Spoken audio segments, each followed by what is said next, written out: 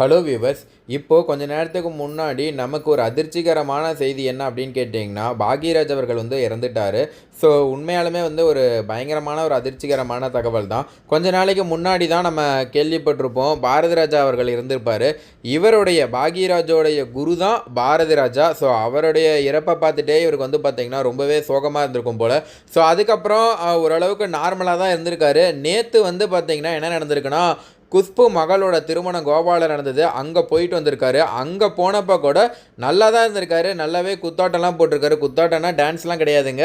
ஜாலியாக இருந்திருக்காரு. நல்லா பட்டு வேட்டி பட்டு சட்டோட போயிருக்காரு. மணமேடையில் ஏறி வாழ்த்து தெரிவிக்கும் போது கூட சாந்தனு கையை பிடிச்சிட்டு தான் ஏறியிருப்பார். பக்கத்தில் இருந்த சிரஞ்சீவி மற்றும் நிறைய திரைப்பிரபலங்கள்லாம் இருந்திருக்காங்க. எல்லாருக்கூடையும் தன்னுடைய நினைவுகள் எல்லாமே பகிர்ந்துக்கிட்டு ரொம்ப மகிழ்ச்சியாக தான் இருந்திருப்பார். அந்த வீடியோலாம் கூட அவரே வெளியிட்டிருந்தார். அதெல்லாம் பார்க்கும்போதே நமக்கு ரொம்ப மகிழ்ச்சியாக இருந்திருக்கும். பரவாயில்ல, நல்லா இருக்காரு, ஜாலியாக இருக்காரு அப்படிங்கிற மாதிரிலாம் நம்ம நினச்சிருப்போம். ஸோ அதுக்கப்புறம் என்ன நடந்திருக்குன்னா, அங்கேருந்து அவர் பார்த்திங்கன்னா வீட்டுக்கு வந்திருக்காரு. வந்து ரெஸ்ட் எடுத்திருக்காரு. ஸோ அதுக்கப்புறம் காலையில் எந்திரிச்சிருக்காரு. அதுக்கப்புறம் தான் அந்த அதிர்ச்சிகரமான ஒரு சம்பவமே நடந்திருக்கு. அதனுடைய சிசிடிவி காட்சி கூட ஹாஸ்பிட்டலில் வெளியாயிருக்கு அப்படிங்கிற மாதிரிலாம் சொல்லியிருக்காங்க. அப்படி என்னதாங்க நடந்தது அப்படிங்கிறத வாங்க தெளிவாக இந்த வீடியோவில் நம்ம பார்த்து தெரிஞ்சுக்கலாம். ஸோ அதுக்கு முன்னாடி நம்ம சேனலை சப்ஸ்கிரைப் பண்ணலன்னா மறக்காமல் சப்ஸ்கிரைப் பண்ணிக்கோங்க. அப்படியே அந்த பெல் பட்டனையும் ப்ரெஸ் பண்ணிக்கோங்க. வாங்க வீடியோக்குள்ளே போகலாம். நடிகர் இயக்குனர் பாக்யராஜ் இன்று காலமான நிலையில் அவருக்கு என்ன நடந்தது என்பது தான் இப்போ ரொம்ப அதிர்ச்சிகரமான செய்தியாக இருக்குங்க. காலையில் பாக்யராஜ் அவர்கள் வாக்கிங் போயிருக்காரு. தினமும் வாக்கிங் போகிற பழக்கம் அவர் இருக்குது. ஆனால் வாக்கிங் போனவருக்கு என்னதாங்க ஆயிருக்கும் அப்படிங்கிற மாதிரி நிறைய பேர் பார்த்திங்கன்னா கேள்வி கேட்டுட்டு இருக்காங்க. ஸோ அதில் தான் ஒரு அதிர்ச்சிகரமான தகவலே வெளியாயிருக்கு. ஈரோடு மாவட்டத்தில் 1953ஆம் ஆண்டு ஜனவரி 7ஆம் தேதி பிறந்தவர் தான் பாக்யராஜுங்க. அங்கே இருந்து சினிமாவில் ஜெயிக்க வேண்டும் என்ற கனவுடன் சென்னைக்கு வந்தவர் பாக்யராஜ். அப்போது பாரதி ராஜாவிடம் உதவி இயக்குனராக தனது பயணத்தை தொடங்கினார். சுவரில்லாத சுத்திரங்கள் திரைப்படத்தின் மூலம் இயக்குனராக அறிமுகமானார். இதையடுத்து அந்த 7 நாட்கள், முந்தானை முடிச்சு, இன்று போய் நாளை வா, சின்ன வீடு, டார்லிங் டார்லிங் டார்லிங் உள்ளிட்ட பல்வேறு வெற்றி படங்களை இயக்கி நடித்தும் இருக்கார்.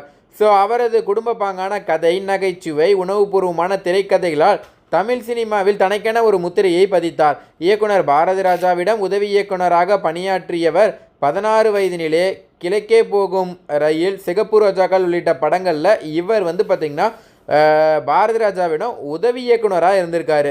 ஸோ கிழக்கே போகும் ரயில் படத்தில் உதவி இயக்குனராக பணியாற்றியதுடன் கவுண்டமணியுடன் அந்த படத்தில் ஒரு காட்சியில் நடித்தும் இருப்பார். பாரதி ராஜாவின் 3வது படமான சிகப்பு ரோஜாக்கள் படத்திலும் 2 காட்சிகளில் நடித்திருப்பார். அந்த படத்திற்கு வசனமும் எழுதியிருந்தார்.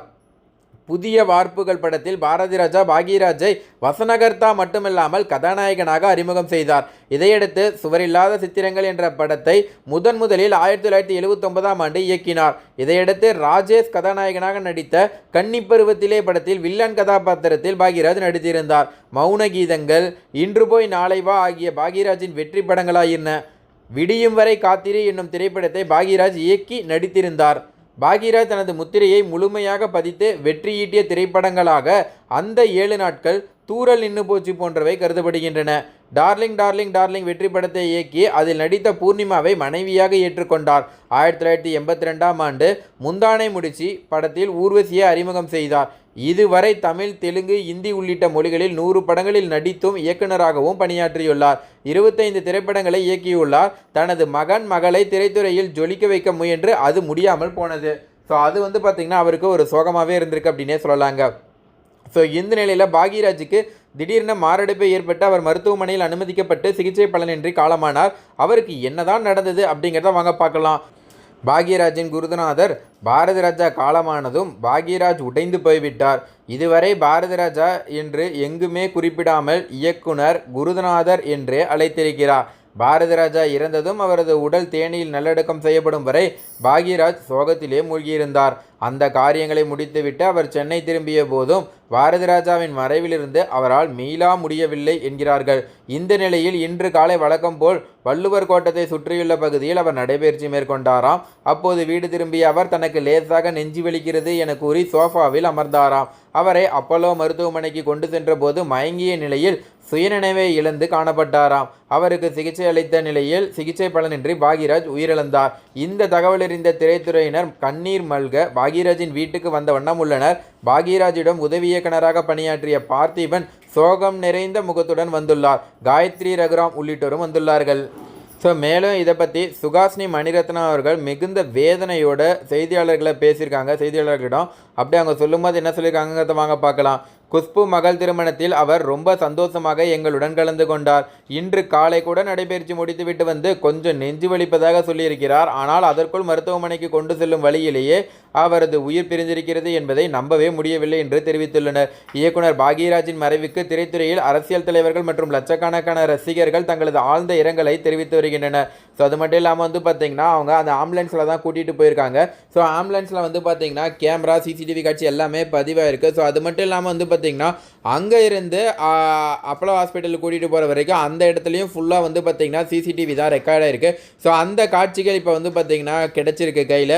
ஸோ அந்த காட்சிகளை பார்க்கும்போது அவங்க குடும்பத்தினர் வாங்கி பார்த்துருக்காங்க. ரொம்பவே வந்து பார்த்திங்கன்னா அதிர்ச்சி அடைஞ்சிருக்காங்க. ஏன்னா அவங்க ஆம்புலன்ஸில் போனவங்க ஒரு சிலர் இந்த சினிமா நடிகர்கள் இவங்க போனவங்களாம் அந்த காட்சியை வாங்கி பார்த்துட்டு இருக்காங்க போல். ஸோ சில தொழில்நுட்பம் காரணமாக அதை வந்து பார்த்திங்கன்னா வெளியிட முடியவில்லை. ஆனால் வந்து பார்த்திங்கன்னா அந்த காட்சியை பார்த்துட்டு அந்த சிசிடிவி காட்சி ஹாஸ்பிட்டலில் நடந்ததை பார்த்துட்டு பல பேர் வந்து பார்த்திங்கன்னா ரொம்பவே அதிர்ச்சி அடைஞ்சிருக்காங்க. ஸோ எல்லாருக்குமே தெரியும் உயிர் பிரியறது எவ்வளோ பெரிய சோகத்தை ஏற்படுத்தும் அப்படிங்கிற மாதிரி. பட் ஆனால் அவங்க அந்த நெஞ்சு வலின்னு சொன்னதுலேருந்து வீட்டில் எப்படி கூட்டிகிட்டு போனாங்க, ஆம்புலன்ஸுக்கு கூட்டிகிட்டு போனது, ஆம்புலன்ஸில் வந்து அங்கே ஹாஸ்பிட்டல் போய் அங்கே பதிவான காட்சி எல்லாமே வந்து பார்த்திங்கன்னா இப்போ பதிவாகி வெளியிட்டிருக்காங்க. ஸோ இந்த தகவல் தான் தற்போது சமூக வலைதளங்களில் ரொம்ப வைரலாக போயிட்டுருக்கு. ஸோ இதை அதாவது ஒரு மரணம் ஏற்படுது அப்படிங்கிறப்ப ஒரு 15 நாள் 20 நாளைக்கு முன்னாடி இருந்தே இந்த மாதிரி உடம்பு சரியில்லை ஹாஸ்பிட்டலில் சேர்த்திருக்காங்க அப்படின்னு சொல்லியிருந்தாங்கன்னா இந்த மாதிரி சேர்த்திருக்காங்க போல் இப்படியா இருக்குது அப்படியா இருக்குது அப்படிங்கிற மாதிரி நம்ம வந்து பார்த்திங்கன்னா பேசிகிட்டே இருந்திருப்போம். டக்குனா அவர் இறந்துட்டாருப்பா, ஸோ ஹாஸ்பிட்டலில் 15 நாளாக இறந்துட்டார் அப்படிங்கிற மாதிரி இருந்திருந்தால் நமக்கு வந்து பார்த்திங்கன்னா பெருசாக பாதிப்பு ஏற்பட்டிருக்காரு. பட் திடீர்னு நேற்று நல்லா இருந்தாரே இன்றைக்கி இறந்துட்டாரா அப்படிங்கிறது வந்து பார்த்திங்கன்னா ஒரு பேரதிர்ச்சியை ஏற்படுத்தியிருக்கு. ஸோ ரொம்பவே சோகமான ஒரு தருணம் இது அப்படின்னே சொல்லலாங்க. ஏன்னா பாக்யராஜ் அவர்களை பொறுத்த வரைக்கும் அவருடைய திரைக்கதை அப்படிங்கிறது வந்து எல்லாருமே ரொம்ப பிடிக்கும். யாருக்கு தான் பிடிக்காமல் இருக்கும்? முந்தானை முடிச்சு போன்ற படங்கள் வந்து பிடிக்காது அப்படின்னு சொல்கிறவங்களே இருக்க முடியாது. இன்று போய் நாளை வா, ஸோ இந்த மாதிரி படங்கள்லாம் வந்து பார்த்திங்கன்னா நிறைய பேருக்கு வந்து ரொம்ப பிடிச்ச கதை படங்கள். ஸோ இன்னொன்று என்னென்னா யதார்த்தமாக இருக்குங்க. அவருடைய படங்கள் எல்லாமே ரொம்ப யதார்த்தமாக இருக்கும். ஸோ ஆனால் அவருக்கு இருந்த ஒரே கஷ்டம் என்னென்னா தன்னுடைய மனைவி முதல் மனைவி இறந்த பிறகு தான் இரண்டாவது மனைவியை கல்யாணம் பண்ணியிருக்காரு. அப்போவுமே கொஞ்சம் சோகமாக தான் இருந்திருக்காரு. அது ரொம்ப நாளைக்கு முன்னாடி நடந்தது. அதுக்கப்புறம் இப்போ வந்து ரெண்டாவது மனைவி கூட நல்லா சந்தோஷமாக இருந்து 2 குழந்தைங்க சாந்தனும் ஒரு மகள் பிறந்திருக்காங்க. ஆனால் அந்த மகன் வந்து பார்த்திங்கன்னா திரைத்துறையில் எப்படியாவது ஜொலிக்க வச்சிடலாம் அப்படிங்கிற மாதிரி நினச்சிருக்காரு. பட் ஆனால் அதுதான் முடியாமல் போச்சு. ஏன்னா அவருடைய காலகட்டத்தில் இருந்த ரசிகர்கள் வேறு மாதிரி இருந்திருப்பாங்க, இந்த காலகட்டத்தில் இருக்கக்கூடிய ரசிகர்கள் வேறு மாதிரி இருப்பாங்க. ஸோ அதனுடைய பல்ஸ் அவர் வந்து பார்த்திங்கன்னா 50 வயசுக்கு மேலே இப்போ இருக்கவங்க அவர் ஏஜில் இருக்கவங்களோட பல்ஸை வந்து கரெக்டாக பிடிச்சிட்டு அதுக்கு தகுந்த மாதிரி படங்கள் இயக்கி வெற்றி அடைஞ்சிட்டாரு.